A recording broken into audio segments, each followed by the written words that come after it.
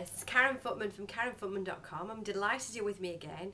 Here I am showcasing my third video, my Light 5-step signature system. So the third step that I'm going to be sharing with you today is step 3, which is Goddess.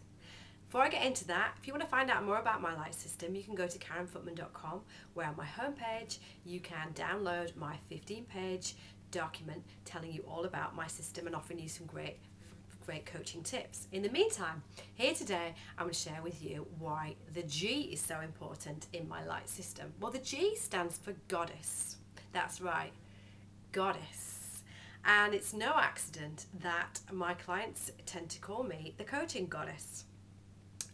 That's because I really focus personally on getting into that goddess space, getting into that place where I'm really in my star power, that place of real pleasure in my life, and use it as a platform from which everything else flows. So I make being my own goddess, that's right, as I define her, that woman that I really want to step into in my heart, I make her the platform for everything that's going on in my life, the platform from which I operate my business, the platform from which I coach, the platform from which I teach, the platform from which I am a mum, I am a wife, I am a friend. That's because I place being the goddess that I know I am in my heart first of all, internally. So what I do is I associate to that, I get some sense of who that goddess is, who I really am, I really want to be, and I do that by putting my pleasure first. Now this can really be a big step again for a lot of women, because focusing on our own pleasure and focusing on our good, focusing on what makes us feel good, can be a real difficult shift for us. We're not focused on that. We're focused on the to-do list, the stuff we've got to get done, and making everybody else happy. And then if there is time left for us, then potentially we'll squeeze our pleasure into maybe that 30-minute glass of wine, or maybe 3-minute glass of wine. Whatever it is for you, I want to invite you to kind of turn all that on its head and start by noticing what makes you feel good, and start by doing more of it, because it's only when we start to notice what makes us feel good that we can start to get into the flow of life. Life, of course, is an ebb and a flow. It doesn't really feel like that for a lot of us, because we're dissociated from the natural rhythms of life, or even dissociated from our own natural rhythms in accordance with nature and with the seasons and even with the day, because we deny those feelings.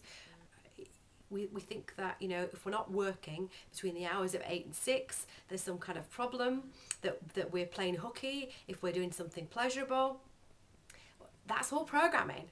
You know, before the Industrial Revolution, which is what, a couple of 100 years ago, before that even got started, we worked off the land. We were associated with the land and everything that came with that, and the seasons, and, you know, a completely different way of life. So this programming in particular, I do find, is quite difficult for us many of us to unhook, starting to reconnect with the inner goddess, that woman inside of us, in our hearts, that we really want to be, and focusing on our pleasure. So, simply starting the day by doing what feels good, having a breakfast that makes us feel good. Could be that we just sit for 5 minutes alone.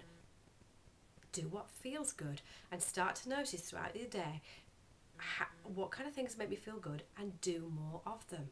Because we'll find that when we start to act from that place, not only will we be less fractious, less snippy, less difficult to be around, will be so much nicer to be around, and will be so much nicer to ourselves. Because when we live like goddesses, wow, does life change for us. And believe me, it's a goddess as you define her. So it's not my goddess, it's not the way I think you should be doing it. It's you getting some sense internally of what really makes you feel good, and really stepping into that and creating time in your day for doing it.